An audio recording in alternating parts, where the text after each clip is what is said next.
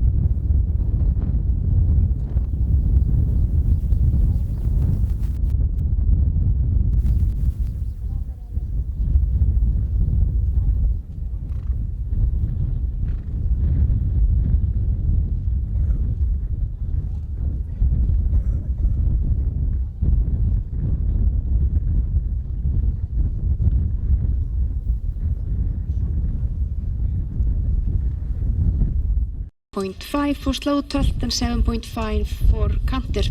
That leads to 8.13 for ridden abilities and 8.15 in total.